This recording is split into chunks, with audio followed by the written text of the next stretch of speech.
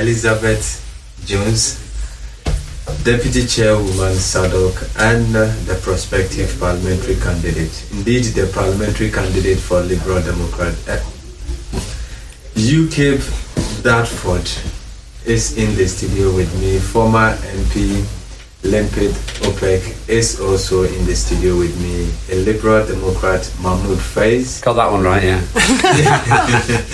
Liberal Democrat. We're not all Lib Dems. Jacqueline.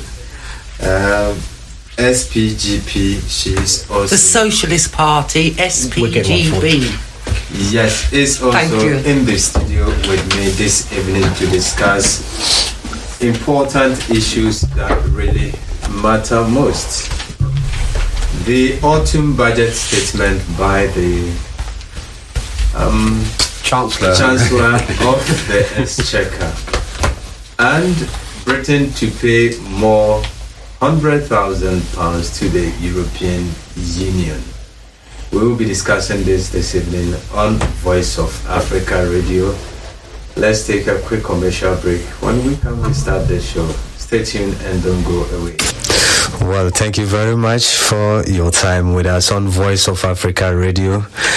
Mr. Öpik, the budget statement, the autumn statement by the Chancellor, does it have any message of hope to the people of Great Britain? Well, that's all it is. It's an election message of hope from the Conservatives, more or less saying, vote for us because you've never had it so good. Not quite that much, but he's obviously trying to claim that the Conservative-led coalition has actually done good for the country. In some senses, I think, I've always thought this, that economies survive and operate despite rather than because of government policy. So inevitably, eventually, the economy will turn round.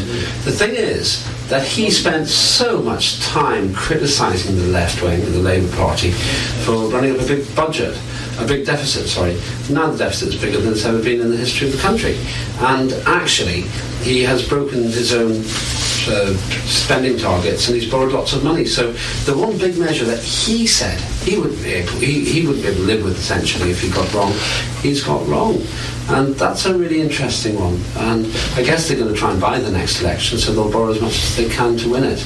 Whether that works or not, I don't know, but we're going to end up owing an awful lot of money in 2015. And that was the thing that they complained about Labour up till 2010. So I think there's a bit of double standards going on there. Elizabeth, looking at the spending cut that we think would have done something better for the economy of Great Britain, and the statement, the budget statement, saying that there are a lot of cuts to come, and the expectation of growth wasn't that good that we had for the economy.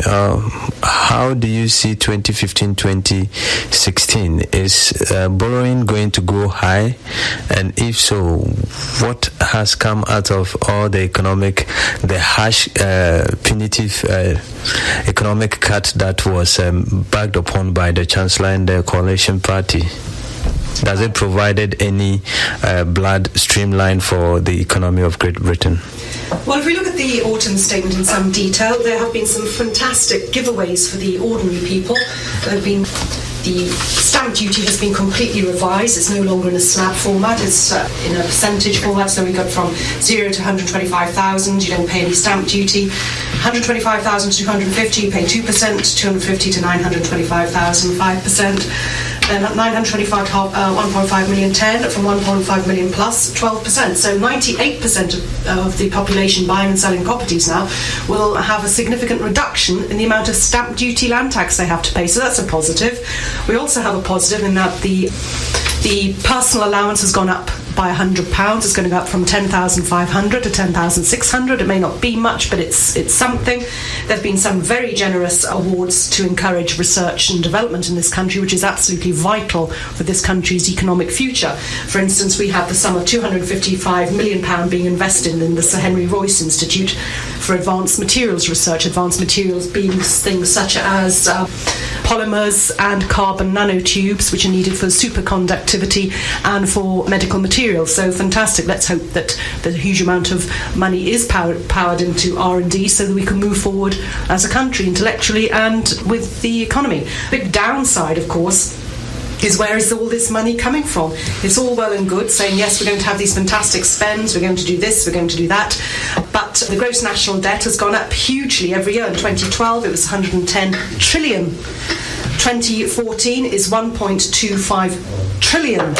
In 2015 it's going to be 1.36 trillion, and in fact the government is going to have to borrow an extra £75 billion just to cover this autumn statement. So again, it looks like we're entering a massive debt pit, and if George Osborne is correct and says that the economy is doing so fantastically well, why on earth are we in a state where we have to borrow this money? And it appears to me we're borrowing more than France, Spain, Italy and Greece now. So the economy is either good, which warrants all these giveaways, or it's not. I think it's all election promise and hot air. Well, Mahmoud, if we embarked upon the cut that we all know that affected a lot of people just in the name of reconstructing or re-giving life to the economy, why is Britain still in debt, and why are we still borrowing more money? Well, I mean, what we could understand is I partly agree with what the two colleagues have said. There has been a mix within the budget. Stamp duty obviously is a common sense one. For example, if you're going to have for 250,000, if you spend 1 penny more, suddenly you have to pay 3%. That's a ridiculous situation, never tackled by any government until now. We're sending more on apprenticeships, more on research, so that that money is now. The question is, where is this money going to come from? Well, obviously, is that if we lend from other countries, we'll have a greater debt. But even more important for what your listeners and for me and for everyone is that if the Tories are let off the leash, in the next election, it'll be poor and the vulnerable that pay the more.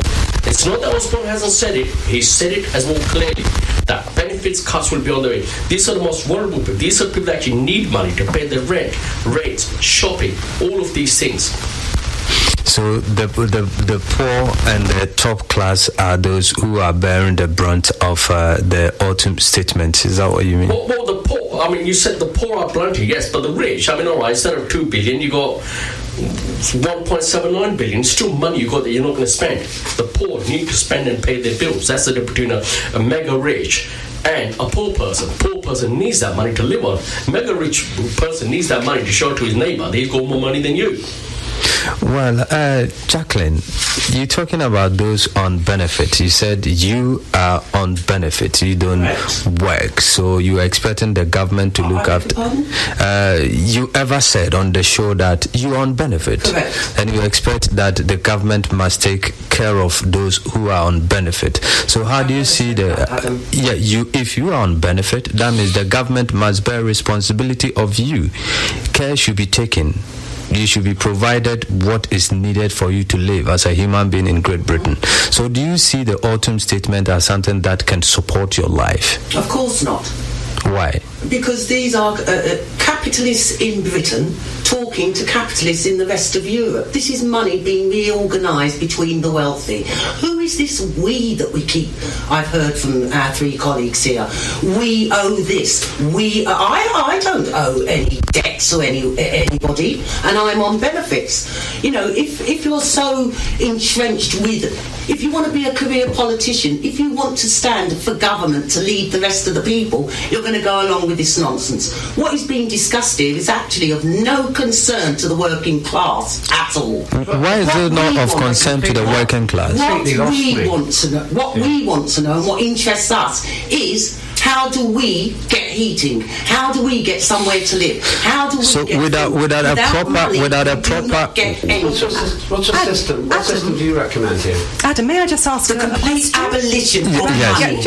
Okay, one thing. Jackie, would you kindly tell the listeners? Jacqueline, would you kindly tell the listeners what is actually in the autumn statement? What do you understand? I have not read every single word because I know you've done that. No, you want to be a career politician. No, you have to go along with the script of you've government. Been here, Governments you're here are specifically there to talk about the autumn statement. To uphold the interests of the capitalist Tell us about the autumn statement. All governments, you no know matter nothing what about country, it, do you? whatever they call themselves, are there to uphold uphold the interests of the wealthy, those who control the world. I think it'd be good if other people actually got their voice in it or express an intelligent conversation. Much as I find this quite an aggressive approach interesting in itself, you said something which really interests me.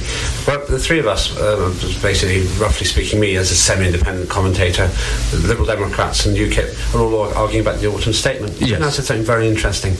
You say you want to abolish money. Tell me how that works. Quite easily. Use the vote. And get rid of governments that are there to uphold the interests of the capitalist class, and we, who you have mentioned, Elizabeth, the ordinary people. And what do you tell us is going to interest us? Stamp duty. Hang on. The ordinary people. Jacqueline. If you mean the extraordinary workers on zero contracts, low pay, benefits and all the rest of it. Members of Parliament on zero contract. Jacqueline. It is we who create Public the actors wealth on zero all contract. over Jacqueline, the world, without not government. some Jacqueline. bunch of politicians. Can I just ask you, Jacqueline, without politicians, how can we organize the society? That you're saying that the ordinary people. So if we vote for socialist party, who are you going to? How are you going to organize the society? According to ability. Yeah, but we have scientists. These are members. They work for a wage. They work for a salary. Abolish money. Scientists. We would get rid of all that unnecessary work and put it to building the things we need. Clean water, away from that. Don't tell us about stamp duty. We want to know how the rest of the world is going to get fed. Get clean water. Feed children because they have not got the money to pay for fucking medicine. Excuse my French. Language, please. There's only one voice for our community. The voice of Africa Radio with Afro Beats on 94 FM. What was that pill you just had? Well, you welcome back. You welcome back on Voice of Africa Radio. Jacqueline, we thank you. But let's have a very wonderful intellectual debate to educate our listeners in terms of. Yes, we can. Lembit. Now, looking at the stamp duties as and then the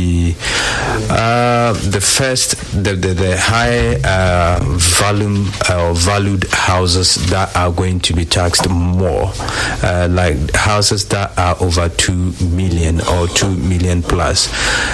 Isn't it something that would also affect section of British people, because somebody acquired the house when it wasn't 2 million, it was less than that, and he's not worth that amount of money, but he has his investment in there. In my view, there's a very small number of people who will lose out on that basis. But actually, it's only if you're buying a house. This isn't a punishment to own a really expensive house.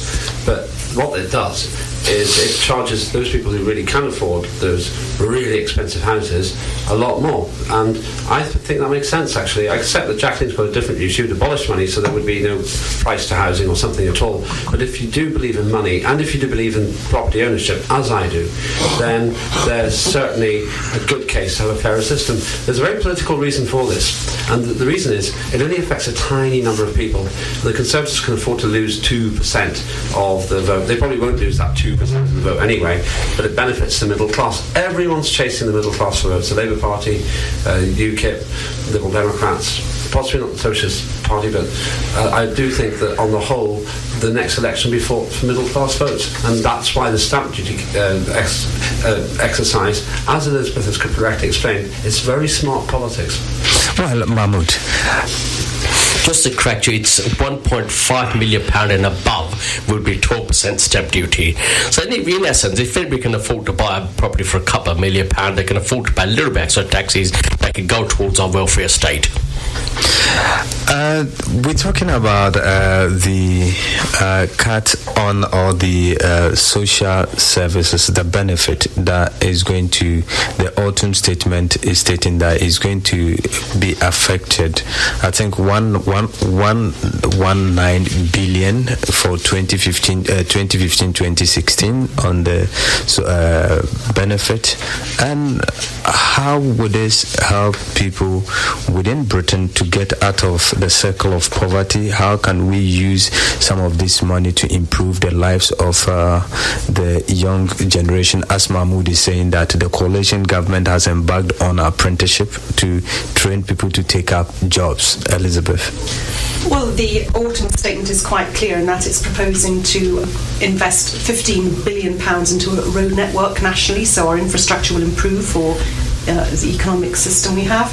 I understand the government's going to invest £3.1 billion into the NHS. Again, that would be jobs as well going there. And NHS needed more money than £3.1 billion. May be the case, but they have committed to that. There's going to be an end to the national insurance contributions for apprentices under the age of 25. There's going to be a new loan system for postgraduate students to encourage people to go in for higher studies. So I think the emphasis is more is getting people back to work and studying, particularly with the huge emphasis in R&D. And also there's a big emphasis on encouraging oil companies and companies investing in shale gas. I think there's going to be a tax reduction from about 32 to 30% for new fields allowances. There's going to be deferred tax relief from 6 to 10 years and for shale operatives. So it's very much encouraging new science, new ways forward. What about those who are evading taxes? The companies in England who are evading taxes? Well, then in that case, we have DPT has now been created, and that is deferred payment tax, whereby if you're a company or a multinational and it's deemed that you have deliberately moved your base offshore to avoid tax, you're going to be hit with a 25% tax. Furthermore, banks, accountancy rules have been changed. Now banks will have to restrict the amount of banks' profits that they can offset by carrying forward losses. How can they restrict the benefits of banks? Well, they're not going to allow them to carry forward certain losses, or there's going to be some tallying with the bank profits. If I could just come in on that, it's 50%. They can only carry 50% of the losses over, therefore protecting the revenue generated from the bank, so they can't carry the losses over, therefore write them off at taxpayers' expense. That's going to be done. I would say salute Elizabeth. I think actually she knows the budget better than the Chancellor. Really impressive analysis. One of the ironies, of course, in this is, I think all four of us would surely agree that the environment was a very big deal even 10 years ago, but now it's completely out the window.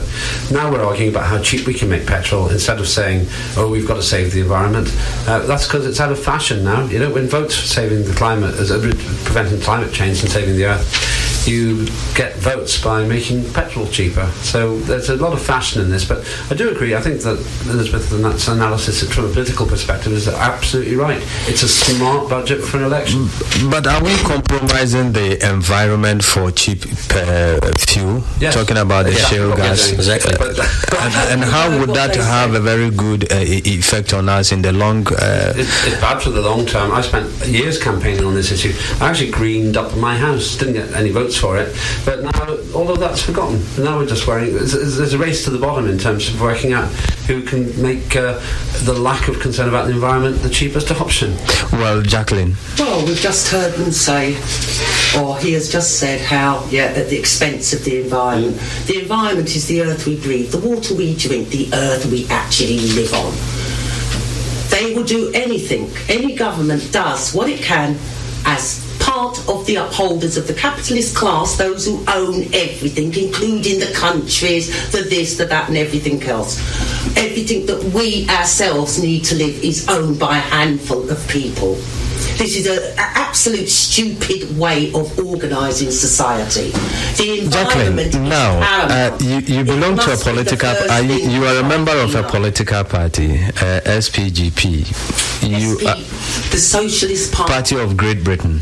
Now, if Socialist Party of Great Britain is elected into office, one day, if we wake up and the next morning we are told Socialist Party of Great Britain has a prime minister, what is the policy, a single policy of Socialist Party of Great Britain to sort out the environment? The left. They're the ones who call themselves socialists and want to be leaders. The Socialist Party, the SPGB, puts it in the hands of the working people themselves. The majority Who are of the the working people? Who are the working people? You vote for yourself and you bring your abilities and do. We have environmentalists. Can we all go to the Parliament House, Jacqueline? Can we all go to the Parliament House to represent ourselves, or we need selective? When that time comes. When that time comes, first of all, you need to have the understanding of why capitalism is such an inane system, outmoded, outdone its usefulness, and realise that there is an alternative. But you're not going to get it in 5 minutes flat with but this is what we've got. Cliches. We've got that, and there is a program and policies that we need to. And everything else, as you well know. We don't hide anything. We're online. It's all there. We're not people who say vote for us. We know, but what we are saying is, Jacqueline, what we are saying is, this has been a program and policy of a country, of a political party, that the policy, the financial statement, the autumn budget is saying that we will have this invested in education. And what have capitalism got to do with the education of the masses too? You're going to have it's part of the health, the welfare service education. When you formed the government, Jacqueline, we're going to do away with money. Okay, we can come back to that. That's probably the most relevant thing in terms of the autumn statement. But just out of interest, how do you administer an environmental policy that saves the earth? What's your mechanism, and where do you get your energy? Where will you get your energy? We will use the best, the cleanest, with the scientific analysis that we have already using and dealing with now. We have members. What are they? What are the best scientific, and what are they? You contact those who know, the researchers who have done this, the scientists who have done this, the climate change, the climatologists, ecologists, etc., etc. Some of whom happen to be members of. What else? Government's already doing You're not that. already doing it. Government's already doing it. They're actually fracking the earth because they need to make a profit under the guise of trying to Jacqueline, let Mahmoud. Yes. Do you mind if I have a say as well? I'd really appreciate it. It may go down well with the listeners. What Jacqueline has actually said, she's right. But what she has not said is we're already doing that. We're investing in green energy, recyclables. Look at the environment. How dare you? Do you think your listeners are stupid? Jacqueline, would you be quiet, please? please? Look at the polluted seas, the oceans. So the listeners can actually have a look at the environment. The earth you breathe, the water you drink, and the air you breathe. It's ridiculous. Well, you still tune into Voice of Africa Radio, and it's exactly 8 o'clock on Voice of Africa Radio. You still tune in. I have Jacqueline SPGB in the studio, Mahmoud, Fiaz, Lembit Öpik, and Elizabeth Jones, Deputy Chairwoman Sadok, and a parliamentary candidate for UKIP in the studio with me this evening discussing these important issues. I'm finding this very interesting, I have to say, Alan. I've got one question for Jacqueline. I used to represent the constituency which has a Centre for Alternative Technology in it. I'm sure you know that is key research organisation in many ways. I've visited several times. I used to represent it, and I got my house cleaned on their advice. I know what they think. What is the Socialist Party of Great Britain's actual policy, and what would you have done? Read our pamphlet, Ecology and Socialism, printed, published and written by the Socialist Party, the SPGB. I will send you a copy. Give me your address. I cannot answer that question within a few minutes. I've just told you. Read the pamphlet. You don't know anything I know about the what I know. And you don't know anything about your own policies. Enough. Of course. We don't have policies. We have one aim. You don't have capitalism. Along with money, leaders, governments, and the people who think they know better than everyone a question of citizens taking power. What else? Yes, we will go for the news. When we come back, we will continue the show. Your career politicians, you think you're clever, you're so boring. Okay, well, I apologise to listeners if we're finding. They've heard it all before. Boring.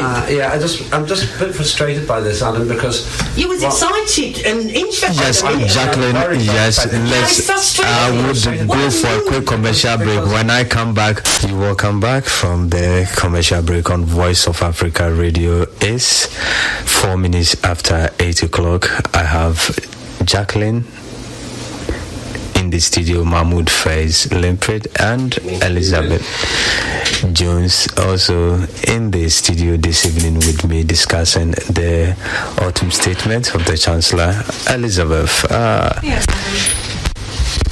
seeing as now the UKIP is the party that is running the households, the names that are both good and bad is running around.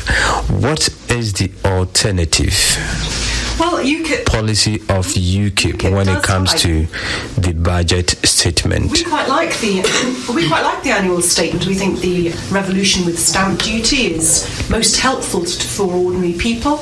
We like the increase in the personal allowance. We like the increase in ISAs.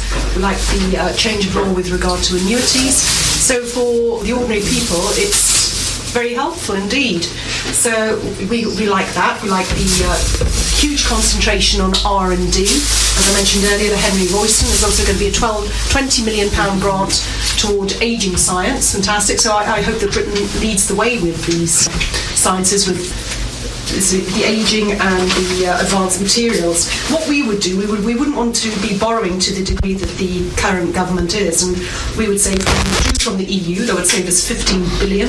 If we cut foreign aid, 10 billion, get rid of the Department for Climate Change and green taxes, that would get us about £500 million, scrap the HS2 project. So therefore, you wouldn't be bothered with the European Union regulations on the environment if you are going to cut the green. We think it's voodoo.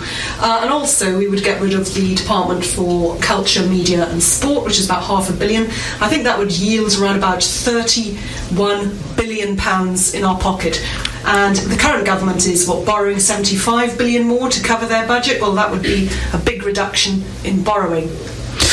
Well, what the UKIP is proposing, that when they come, there are certain quarters like Department of Cultural and Sport, which of course we know the amount of money sport and culture generate for England. If they are coming to cut it, wouldn't it affect the some of the economic aspect or discipline of this country? Yeah, I think so. This is one area where I think that UKIP ought to carry on involving their policies. It's not for me to say, but I think if UKIP actually did try to implement those things, then very quickly there'd be a huge backlash, because, for example, culture, media and sport are really important in my judgment for society.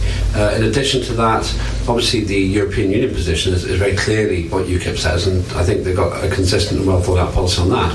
But things like cutting foreign aid, this is one area I probably agree with Jacqueline, actually. I think that foreign aid in the long term is a huge benefit to the first world, because if you just cut the third world loose, after the West having got rich to some extent by exploiting the third world in the first place, then we end up with payback time in some very, very... But I agree with the UK by cutting the foreign aid, because foreign aid encourages corruption in the third world countries. Well, it doesn't corrupt... But they learnt it from the first world. Yeah, they did to an extent. And in addition, the thing is, just saying that we're going to cut the third world aid or the foreign aid because it's not handled correctly misses the point. You need to deal with the corruption. It doesn't mean we leave hundreds of millions. But the third world do not need aid. What they need is fair trade, isn't that? Well, fair trade as well, but you can tie the two things together. The difficulty is that we're actually this is where I actually agree with Jacqueline. We're actually punishing the third world, let's say the second and third world. Why are we punishing them? If we cut aid, we're saying we've exploited the third world across centuries, and now that they've got difficulties and they want to develop... don't you see it as giving them, baiting them or bribing them to give what belongs to the masses to us? for further exploitation?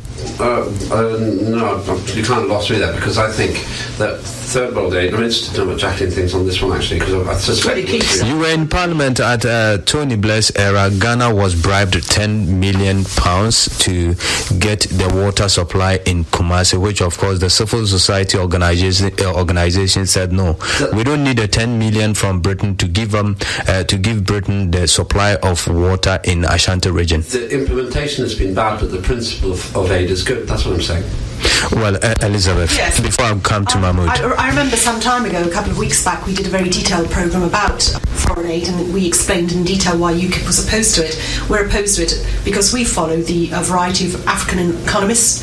I think the most famous one is probably Dambisa Moyo. I think she's from Zambia, and she made it quite clear that the implementation of foreign aid actually is an undemocratic move, because it means that the dictators, or people controlling the respective African countries in receipt of foreign aid, do not have to have any relationship with the electorate. They know they're going to get a huge input of cash from whomever. Therefore, they do not have to put in place any policies to satisfy the electorate.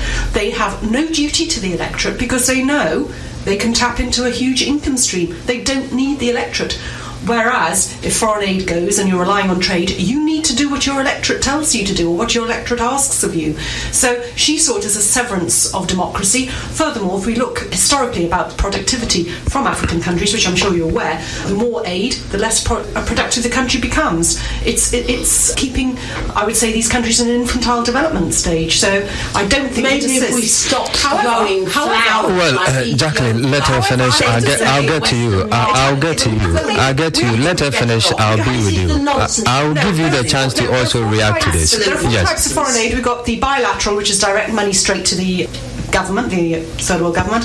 We've got the multilateral aid, which involves the UN and EU. We have military aid, and we have humanitarian aid. No one in UKIP whatsoever has ever suggested there should be an end to humanitarian aid. What we're saying is that we're going to cut the aid budget by 10 billion. The current aid budget is 11 billion, so there'll be a £1 billion pocket to, of course, help people who need humanitarian aid. That is a given. That is, we're all human. We're all part of the same planet, and we will always stretch out our hand in support to people, but we're simply not sustaining corrupt governments. We're not sustaining the Swiss banking system, and we're not sustaining the arms trade. Who does it benefit? It certainly doesn't benefit the ordinary people in African countries. So that's the situation with aid. If I just want to come back to the situation with Can I have a word in here? I'll give you the time. Let her finish. I'll get to you. Never mind African tyrants who's getting aid. I will get to you. Why don't you look? I will get to you. Let her react to the cultural and sports department, what they are going to do. Yes, I'll get back to you. To abolish that, the Autumn Statement is supportive of arts. We're also supportive of arts. In April 2016, the Autumn Statement is going to be bringing tax relief for orchestras. The Autumn Statement has already put in place a 25% tax relief on production costs for children's TV. We hope, of course, we recognise the importance of British culture and arts. It's a world brand. We look at the Downton Abbey, how much money that's brought into the United Kingdom. Class divisions. It keeps many people in employment. Yes, it keeps them stupid. It gives many know thy place. Great enjoyment. What a load of rubbish. We're against a lot of these self-created non-jobs within government, within councils, which we call middle-class dole. That's what we're opposed to. Well, before I come to Mahmoud, Jacqueline. I'd just like to say, look at the history of this country, all their governments telling all of us that they are going to get rid of child poverty. And you want to talk about foreign aid? Look at it. Now it's going to be 2025, they're going to get rid of child poverty. Blair said it would be 2020, blah, blah, blah. It's the same boring nonsense. The reorganisation of poverty while the wealthy get wealthier on our backs. We're fed up. Are you in favour of foreign aid or against it, Jack? I neither oppose nor propose. If it helps the working class, the majority of the world's population in any form or fashion, I will be for it as an individual. As a member of the Socialist Party, we are against reform. We want revolution, the abolition of the whole damn system. Well, Mahmoud. If I could get back to planet Earth, what discussion we had where we was environment, foreign aid. let's check the environment first. I've said it on this particular edition, and I said again, and I said, let's do this exercise. Let's do it in the studio. Let the listeners do it. Hold your breath. That's how important the environment is. Of course. Do you know how many people died due to pollution in London? True, children. But UKIP would make sure that they save some money and they will get rid of these environmental policies being formulated from Brussels and Strasbourg too. A little bit less taxi, you'll drop dead from pollution. Not everyone, in fairness to you, not everyone's going to die. No, everyone, but I'm just taking the extreme view here. The coalition. How would that, now that we still have the environment policies and legislations in place, we are still encouraging shale gas. We are still encouraging fracking. Wouldn't it harm the environment more than what UKIP? We need to invest, and this is why the Liberals have been supportive of investing in renewable energy and investment so can fund new alternative. Nobody wants to go back to the dark ages and live in the dark ages. As the population increases, the need for energy increases. Now, the fact is, do we go blindly and cut all our ties in the environment, increase pollution, which in turn increases disease and illness like asthma, which is directly linked to death and pollution? Or do we invest in renewable energies as we're doing now and carry Britain forward and not backward into the dark ages? Well, Jacqueline. Thank you, Adam. I'd just like to say about the environment. The world is divided into countries. It's not one earth, it's one world, it's divided into countries. The capitalist class are in each of these countries. They share the money out between themselves, the wealth and all the assets, the minerals, the resources, all that come from earth itself, of which we, the ordinary, as Elizabeth calls us, and I say the extraordinary, workers are the ones who apply their own energies and turn those into things which are then taken from them and used as commodities and sold for a profit. What is the point of talking about pollution in England or London or Britain when other places in the world are industrialising, churning out the stuff we used to have 300 years ago when capitalism first started? It's got to be a one world activity. We say socialism is the answer. But Jacqueline, without governance, China is being pressurized to cut down their carbon emissions. China. We've heard all this before with the ozone layer. But they are doing it. They are doing it now. China is building about one coal-fired power station a week. It's a communist system. It's not a capitalist system. It's a communist system. What's your policy towards China? What are you talking about? They're not socialists. What are you asking me? They're like Russia was, the Soviet Union, who you lefties were always telling people were socialists, trying to direct Marxism through the state. We're fed up with you, and I most certainly am. Yeah, members of my family were killed by the I'm not interested. Listen, we've all got stories to tell. We're not here. Well, you still tune into Jacqueline, you still tune into Voice of Africa Radio. And we're not going to give you the battle. Jackie, could I ask you a question? People's families have been coughing, including mine, and they couldn't calm down and listen to what the person saying. That's why Mother Nature gave us 2 ears and 1 mouth. So we listen and we interpret. Shut up. Jackie, could I talk to yourself? Jackie, could I ask you a question? I think I was. Jacqueline, could I ask you a question? I hear you seem to be very adamant about people perhaps fudging your socialist movement with the communist movement. We've done all that. The 60s, the 70s, even the 30s. Since 1904, we've got I understand. Yes, some of us are here who are activists. We're not here to go along with the party line to deal with the Jacqueline, let us hold your fire. This is it. You still tune into Voice of Africa Radio. In your socialist heaven, will you be? We're not religious. No. We don't do religion. We call it paradise then.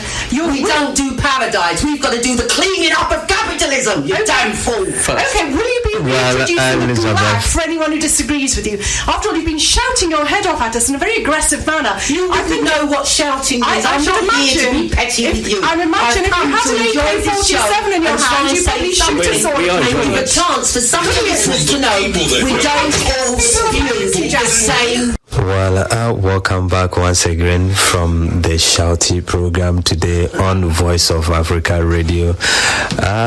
We are discussing the autumn statement by the Chancellor, and unfortunately it's taking a different dimension through to environment and ideological contention debate here. The capitalism, socialism, courtesy Jacqueline of SPGB, who has changed the face of the program tonight. Anyway, it's informal. This is a Christmas gift to you all listeners of Voice of Africa Radio.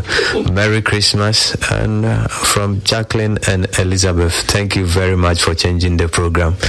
Anyway, we are now taking our second phase of the show, which is Britain is to contribute more money to the European Union kitty because our finances are getting better, whereas people in Britain are now suffering the most. Food banks are going up and down everywhere, but Britain is now going to contribute £100 million more till 2017. Elizabeth, seeing as you are anti-European Union, and now after Britain was asked to pay 1.9 billion, and the Chancellor said the Prime Minister, who has the people of Great Britain at heart, negotiation which brought the money to 800 million, has done a wonderful job for the people of Great Britain. And now issues are unfolding. Britain is going to pay £100 million more every year, or what is your take on it? It's interesting that this is not actually mentioned in the annual statement. This wasn't a highlighted fact that this would have an impact on the budget. So I think that George Osborne very carefully hid that away. It was not made clear. Now, the situation, according to the Office for Budget Responsibility, is that we have to make a very significant increase in our EU contribution, and it is estimated that we will be paying an extra £100 million per annum until 2019 instead of 2017. Every year our contribution has gone up quite significantly. If we look at 2013, we paid £21 billion to the EU. We got back £7 billion. In 2012 we paid £20 billion and we had back £7.73 billion. So increase in EU membership over 1 year has cost us about £2.6 billion. It's hugely expensive. Every year it goes up. Furthermore, we have a lot of difficulties forecasting how much it's going to go up because of the sheer eye-watering complexity of the EU budget process and, of course, the weakening economic trends within the Eurozone. So it's a very problematic area. The hike in our membership fees has gone up to such a degree that if there were a reduction, which you mentioned earlier, it's going to be negligible. It won't impact particularly on the taxpayers' lives. Of course, we say bin it, end it, leave now. It's a significant waste and drain on our Can we stand alone in the face of this competition from the emerging economy and China? Can Great Britain stand alone when it comes to business negotiations and arrangement when we are out of the European Union? Well, we always have done. I don't understand historically, up till about 1972, we did very well. I don't understand why, since 1972, our ability to do international trade seems to have collapsed. I don't accept that argument at all. In fact, I think our hands are tied very much by being in the EU. We should be in a position whereby we can trade freely with whomever we wish and make any deal we wish. Can't we trade freely with whomever we wish? Are we not trading with the Africans and the Indians and the Chinese? Well, we are up to a point, but we can't have the free trade deals that other countries can enjoy. For instance, I think Switzerland has entered into a free trade deal quite recently with, I believe it's with China. New Zealand can. Australia has that freedom. We don't have that freedom because we're tied into EU agreements. Well, Lembit. Well, what you're hearing there is a consistent UKIP narrative. Their analysis is internally consistent, and actually it appeals to a lot of people. I have some sympathy with what UKIP says on this because Britain has naively mismanaged its position within the European Union. Margaret Thatcher did untold damage to our independence, actually. Not many people realise this, but she was the one Prime Minister who did more damage to our ability to be autonomous within the EU than, in my view, any other Prime Minister. What did she do? Oh, she sold us into various monetary arrangements, which made it... She had some a very good bargain for Britain, that we had some rebate for this country, didn't she? Also, if you think about other things which were vaguely related to that, such as, I think it was Black Wednesday, it cost Britain £12,000 million in a single day. Yeah. And Norman Lamont was the Chancellor. This is the interesting thing, Adam. People maybe choose to rewrite her very damaging contribution to our independence in the European Union because it doesn't sound like the kind of thing a Tory Prime Minister would do, but it did happen. Now, what's interesting on this, so I actually have some sympathy with what Elizabeth says. What's most interesting to me here from a political point of view, because at least Mahmoud to make the other points about the Liberal Democrat position, I'm not really here to discuss that, is that UKIP is now driving the entire agenda for the next general election when it comes to the European Union. The household name. Yeah, Nigel Farage is far more influential, as far as I can see, in terms of credibility when it comes to European policy than the Prime Minister. The Prime Minister has had to rewrite the script for the leading party in government because he's so concerned about UKIP. That's a great political achievement for UKIP. Whether you agree with it or not is a different question. But where we are now is a situation that there's a bidding war between David Cameron and Nigel Farage, entirely for votes and from the Conservative side, because UKIP have been so clear about highlighting deficiencies which Conservative voters tend to agree with. That's what's going on here. It's a great card to play, and that's why UKIP is going along between 15 and 18% of the vote. So if Britain gets out of the European Union, would it be able to stand alone in the face of this emerging economy? It could certainly stand alone. It's a question of debate how well it would do. But once again, Britain did stand alone, not really completely through choice until the early 1970s when it came to the common market. But what would really be the question is whether the standard of living would go up or down compared to what it would have been if we'd been in the European Union. Now, there's a second point that Elizabeth makes, which not many people have noticed. The European Union's economy is indeed slowing down. What happens if we get another huge second dip? We're already borrowed to the hilt. There isn't really any other way to borrow more money, and the Germans aren't going to ride in and invest in it. At that point, we have a crisis without a clear solution, and the entire European project could stall. Well, Mahmoud, you believe in the European Union and you think that Britain should be part of the European Union and there shouldn't be any exit way for Britain. Elizabeth did say something that the independence of Britain to do business with other nations has been curtailed. Let me ask a question. Yes, I tend to agree. It's not something that I say or the Liberal Democrat. It's big businesses, people provide employment. Some of these large companies are in Britain, but we are in Europe. We have borderless trading. So although we may be paying dividends and it may be costing a lot of money, but we get a lot back as well. I mean, every bit of our life is done. We were just talking earlier about the environment. Well, now, what's the good of us of closing all our coal power stations, say, for example, but France starts to build one a week? Still the same environment, still air goes from one to the other. So conclusively, we can work together to improve employment, investment, and the environment. We're better together. Now, the other thing people may forget... You are better together when you want to sell your technology to Russia. And the European Union tells you that you can't do that because we are fighting Russia in Ukraine, whereby Ukraine is not part of the European Union. Isn't it the right, the independence of your country has been curtailed by the European Union? Right. A lot of the European projects in development and science, including space, are actually coalition and amalgamation of different and the best talents across France, Britain, Germany, and other countries. So rather than holding technology back, it's actually developing technology.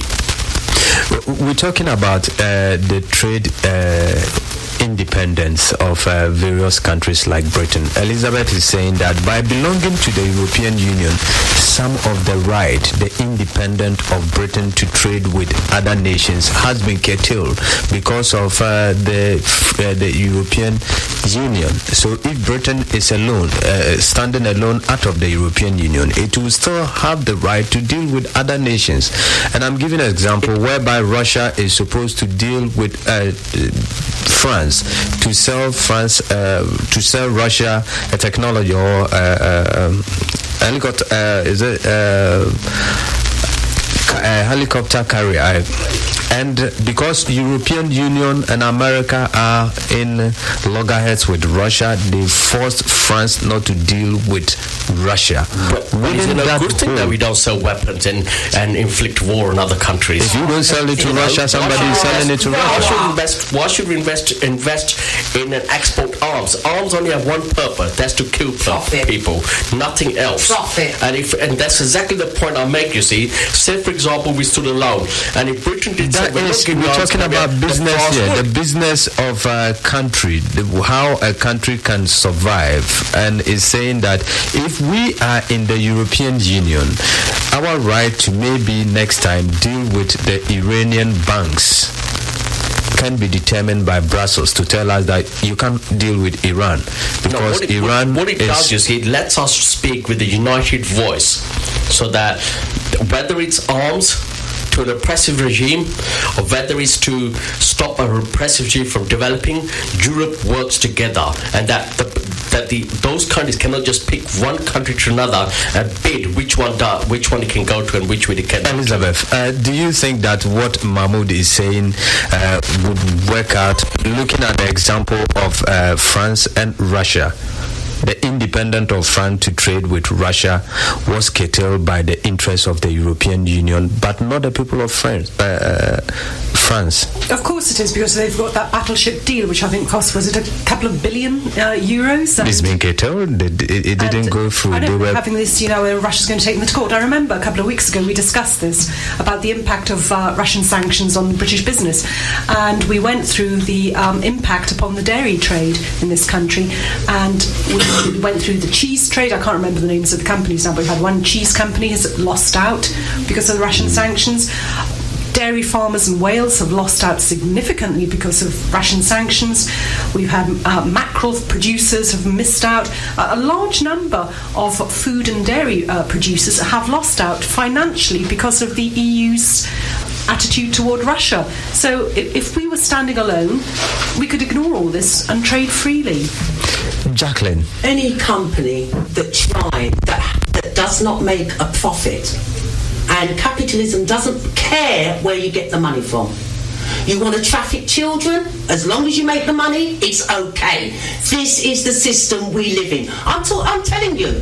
You want prostitution? As long as you have the money, make a profit, that's okay. A company then Brussels can add it up to their accountancy and tell you that Britain is... That one, I think Elizabeth will agree with you. Elizabeth, do you agree with Jacqueline? Yes, it's certainly impacted on the UK. It's certainly impacted on the UK system. Without money, you get nothing. This is why we're having to pay the extra 1.7 billion, because the black economy has been added to our GDP. Capitalists sharing out the proceeds. Yes, Jacqueline, let her finish. Well, right, it has been factored in, you're right. The EU does support, well, not necessarily support, but it does factor in drug dealing and prostitution. We can give you the talks on all those things, the things that actually matter on the ground, rather than talking about stamp duty. So, you're out of the European Union, would you, Jacqueline? Do you want to have a debate with the Socialist Party? You've got so much to say for yourself. Come and debate us at 52 Clapham High Street. You are so listening to Voice of Africa Radio. Socialism, etc., etc. Will you listen Any to other question people? will be answered. Well, you still tune into Voice of Africa Radio. What I wanted to do rather It's than go 32 down minutes after 8 o'clock. Extended Elizabeth and Jacqueline. is an extended version of Voice of Africa Radio Inside on Voice of Africa Radio every Monday between 7 and 8. But unfortunately, we had a Christmas present for you today. The program has been very, very, very hot, and I even lost control. The chairmanship of the program was taken away from me by Jacqueline. No, and not fibbing. I thank you very much for being part of this program starting from 7 till now. But before we go, Elizabeth, your last message to my listeners on Voice of Africa Radio. Well, have a lovely, lovely break. Enjoy it and stuff your faces. Thank you very much. Lembit Öpik, former Liberal Democrat MP. It's never dull on Voice of Africa Radio. Can't wait for next year. Thank you very much for having you on this show. Mahmoud Fiaz. Season greetings to all your listeners, and please have a great time. Oh yeah, follow me on Twitter as well, by the way. Yes, thank you very much. And Jacqueline of SPGB, Socialist Party of Great Britain, and they said Socialist Party of the World. No, of the World Socialist Movement. We're part of that. Thank you very much. I'd like to say to all your listeners, don't listen to these so-called leaders, no matter who they are. Do it for yourself and find out how you can get rid of all this nonsense. I don't think she is trying to tell you to be rabble-rousers, and don't be radical. Don't do what we wouldn't do on Voice of Africa Radio. Do stay tuned and listen to us on Voice of Africa Radio. I thank you for being part of this program starting from 7:30 till now. See you, catch me same time after the new year. Do stay tuned and don't go away. I'm out of here. Bye-bye.